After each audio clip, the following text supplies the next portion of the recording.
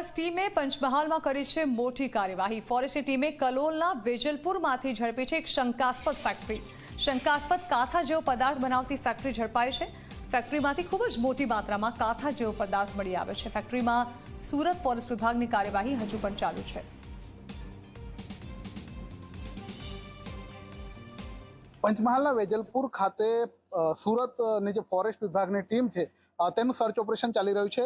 ACF સહિતના જે ફોરેસ્ટના અધિકારીઓ છે તે અહીંયા ટીમો બનાવીને સર્ચ ઓપરેશન હાથ ધરી રહ્યા છે।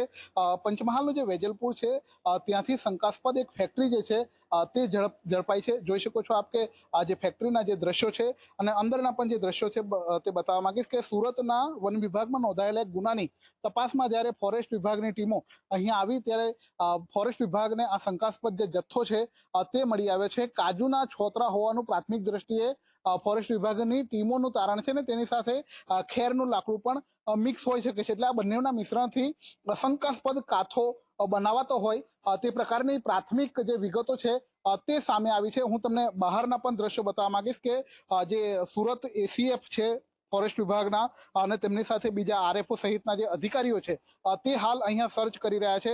આ ફેક્ટરીની બહારના દ્રશ્યો છે ને સાથે સાથે જે અધિકારીઓ છે તેમના પણ દ્રશ્યો બતાવવા માંગીશ કે કયા પ્રકારે જે અલગ અલગ વિભાગની ટીમોને સાથે રાખી અને આ જે સર્ચ ઓપરેશન છે તે હાથ ધરવામાં આવી રહ્યું છે।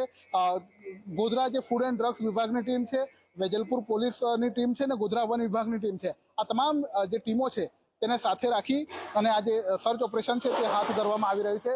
આ તરફના પણ દ્રશ્યો બતાવવા માંગીશ કે કયા પ્રકારે ફેક્ટરીમાં જે કામ છે તે ચાલી રહ્યું હતું અને કયા પ્રકારનું જે પ્રોડક્શન છે તે કરવામાં આવી રહ્યું હતું।